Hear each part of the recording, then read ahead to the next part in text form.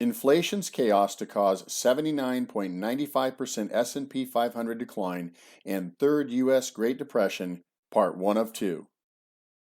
The proprietary research findings in this presentation were produced by alphatac.com, whose slogan is Growing Assets Against the Wind. AlphaTac's Michael Markowski has made predictions using algorithms. With these algorithms, he has predicted all major crashes and corrections since 2007, including the crash that caused the 2008 Great Recession. This table depicts all of Michael Markowski's predicted crashes with declines ranging from 18.5% to 56.4%. He also predicted on March 20th, 2022, that the S&P 500 would decline by an additional minimum of 34.5%. Since then, the index has declined by as much as 18.5%. The recipe to cause a Great Depression is a recession coinciding with a significant stock market decline. This chart depicts the U.S.'s last 1929 to 1938 Great Depression. It began in August 1929, which was a month before the S&P 500 peaked in September of 1929. From its peak, the S&P 500 had declined 45% by December 1929 and did not reach its bottom, an 85% decline, until June of 1932. Part 2 of the presentation, Research Findings Supporting Third U.S. Great Depression to Begin, is highly recommended and is available at alphatac.com. Okay, before I get started here, I've been in the market for 45 years. And I've been developing algorithms for the past 20 years. And all my predictions are based on algorithms. I call myself a visionary analyst, and that I research the past to predict the future. So let's get started here. So inflation's chaos, we saw that. Okay, the forecast for these 2022 forecasts are based on my proprietary research of inflation's effect on the S&P's 500's valuation metrics from 1871 to 2020. I spent 4 months doing this research, and the research covers the dividend yields and the PE multiples, the two most important valuation metrics to value a stock. Okay, these are all of my articles. I've launched them in conjunction with this event. You see, they're all dated June 4th. Well, actually, there's one at the bottom, which was the first one I did on my PE multiples research. Due to inflation's effect on PE, S&P 500 declined by at least 41.9%. March 2020, it's so far it's down 14.6%. The S&P 500. That was the first report that I did. Was that one, okay? These two articles, I'm going to cover the material in them. S&P bottoms occur only when generational investors buy, also dated June the 4th. And Alpha Centauri algorithm outperforming S&P for 3 centuries, short the S&P 500, June 4th. I want to really compel everybody to read these articles. They're all available at AlphaTac. They're loaded with data. I do not make predictions that are not data backed. These are some of my prior predictions. I've predicted all market crashes in the U.S. since 2008. I've been written up by every major magazine, every single major magazine you can imagine. There's probably 150 articles on my website that have been written about my math that I use. My favorite of all of my recommendations, this one right here on the right, which is Equities Magazine, Have Wall Street's Brokers Been Pigging Out? It predicted indirectly the Great Recession of 2008, and the reason why I didn't know I was predicting the recession when I wrote the article in September of 2007, but I wrote an article in 2007, and I said, here's what I said: I believe that there will be a day of reckoning. It will be sooner rather than later, and that day will be ugly for the U.S.'s 5 largest brokers. Within a year, all 5 of these brokers, 2 of them went out of business. Bear Stearns was acquired by, for a fish cake by J.P. Morgan, and of course Lehman went bankrupt, and the other 4 all had to be rescued on that. So, and what was my basis for that? I have an algorithm that detects cash flow problems and big public companies. I've predicted dozens and dozens of large public companies' bankruptcies, and these were just some of them here. That's my cash flow valuation metric. Okay, now, what's AlphaTac? I'll give you this right now. AlphaTac is, I'm the director of research of AlphaTac. Our slogan is growing assets against the wind. We provide educational content on secular bear and volatile market risks, and we specialize in development and deployment of defensive strategies. Okay, here's the secular bears. There's an in-depth secular bear information. I consider myself also to be an expert on secular markets, and this you can see the S&P since 21 has gone from secular bulls to bears. There's a minimum of 8 years it stays positive, then it goes in minimum of 8 years negative, and on and on. You can see the gains are followed by significant declines. There's 367 to 85, 1,000, 1,500%, minus 50%. All this is available on alphatac.com. Okay, and okay, here's, by the way, here's your secular bear. This is just to show you up on the right-hand corner. You can get, by going in and clicking on AlphaTac, you can get access to all of these videos that will explain defensive strategies, all the history about secular bears. I highly recommend, if you're a discerning investor, whether in real estate or whatever, to watch these videos, because secular bears do have impact on real estate. Okay, here's one of my algorithms, which is the bull and bear tracker.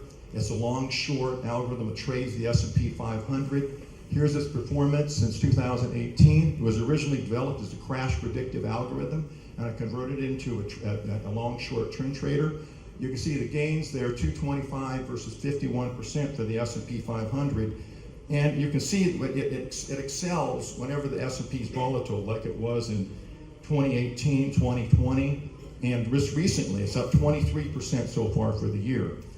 This is a Alpha Edge. It's a hedge fund that's managed by my son. He's here in the room, Ronnie. You can wave to everybody. Okay.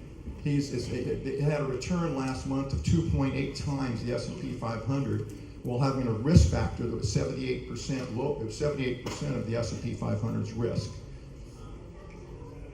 Okay, let's get into what the problem is. Okay, nominal yield and real dividend yields and inflation. You can see here there's a nominal yield. So the S&P 500, this in the month of April, had a nominal yield of 1.57%. When you subtract inflation from it, you get minus 6.73 is the real yield. Okay, here is so all of those targets, these are all of my targets. These targets are updated monthly based upon the S&P 500's yield, and that's updated when inflation is reported every month. So you can see here, these are mathematical targets for the S&P to go to, down 79.95% for the last month. The month before was 81.03 and on.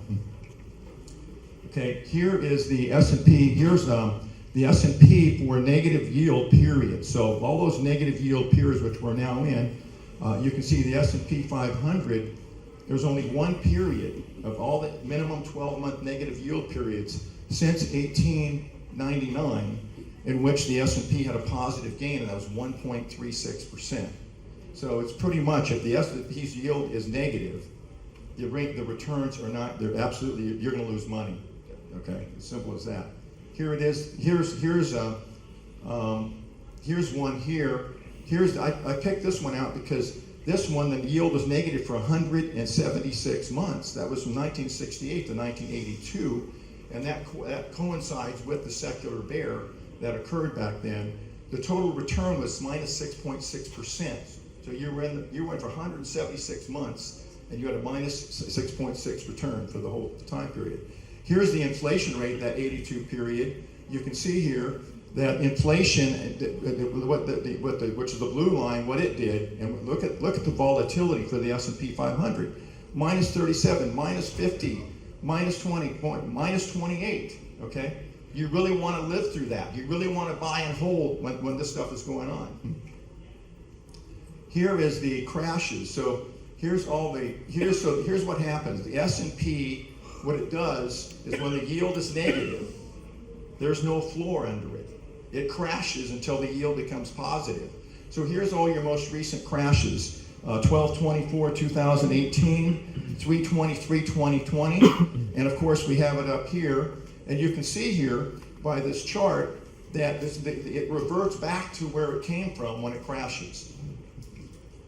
Okay, here's notable positive dividend yield period. So it also works the other way. If the yield's positive, here's the annual returns for these periods. The one that I found the most interesting is 1920 to 1934. So this indicator was long the S&P all the way through the Great Depression, and its annualized rate of return was 5.6% going through the Great Depression. That's a powerful indicator.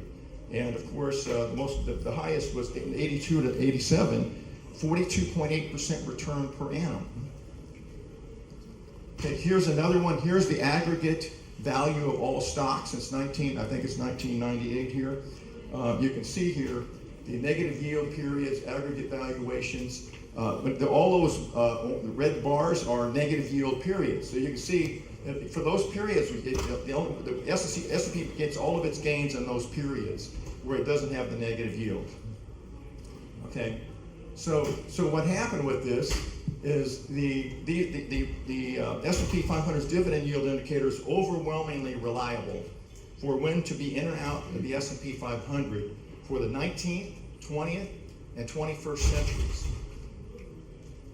So what I did is I needed to do research to refine this dividend indicator because I wanted to eliminate temporary bouts of inflation causing false positive signals, which there was 39 of them over that period of time. So I created, so I wanted to reduce asset class allocation volatility, because if you're moving out of the stock market and into another asset class, you don't want to find out 2 months later or 3 months later that you made a mistake. Okay? So this wound up with the creation, I developed another algorithm called Alpha Centauri. So Alpha Centauri, if you put $100 in Alpha Centauri in 1871 and held it, and just followed what it told you to do, the instructions, it went to $1.08 million is what it's worth now in Alpha Centauri. So here's Alpha Centauri. This is amazing. Alpha Centauri has had 79.6% winners over this entire period of time. It blows all of my other algorithms out the door in terms of success ratios. 92% of the time when it's long, the market goes up, and 66% of the time when it's short, the market goes down. Now, here's another amazing thing. We called it Alpha Centauri because look at all the months it's long or short, 132, 129, 163, 198. This is the most reliable long-term investment indicator I've ever seen. Okay? Oh, that's a dupe in there. Okay? And that's a dupe, okay? So the question, how can this happen? How can an algorithm outperform the S&P 500 for 3 centuries? And you understand, the only way that can happen, there had to be a body of investors who created disciplines for that to happen. And so I came up with that. So I went into that and did the research, and here's what I learned. Generational investors are the ones that basically made this happen, okay, made this algorithm so predictable. They're the world's oldest, largest, most disciplined, and longest term, okay? 69 trillion of assets by generational investors held as of 12/31/21. That was 129% of the entire U.S. stock market at 12/31/21. So you can see here, one of them is down here is family offices, $5.9 trillion. Obviously, the world's public pension funds, the biggest long-term generational investor at $56.00 trillion. You got sovereign wealth funds, endowments, and Swiss banks. The oldest generational investor of the Swiss banks dating back to 1790. Now, what's a generational investor's most important? What do they want? A generational investor, a family office, wants to make investments that are going to be safe and also going to generate cash. So what's the best investment to make? Guess what? It's dividend-paying stocks. So here you have Coca-Cola. If you bought Coca-Cola, which they do, and it had a 17 cents per share dividend in 1995, that dividend's grown to $1.68 a share per year. Okay, most recently, it's increased its dividend every year for 60 years. Coca-Cola. So why for what? So now for why generational investors are net sellers of stocks when dividend yield is negative? Read the article at alphatac.com. S&P 500 bottoms occur only when generational investors buy June 4th. AlphaTac has two S&P 500 long, short, directional algorithms, the Bull and Bear Tracker and Alpha Centauri. $100 invested in Alpha Centauri's proprietary S&P 500 trading strategy in 1871 increased to $1,079,000 by June 2021. A buy and hold strategy of the S&P during the same time period grew $100 to only $96,000. $100 invested in the Bull and Bear Tracker in March 2018 had increased to $324 in May of 2022. For the same time period, that $100 in the S&P 500 grew to $151. $100 invested in the Bull and Bear Tracker in January 2022 had increased to $122 in May of 2022. For the same time period, that $100 in the S&P 500 declined to just $86. For information on how to get access to AlphaTac's algorithms, click below.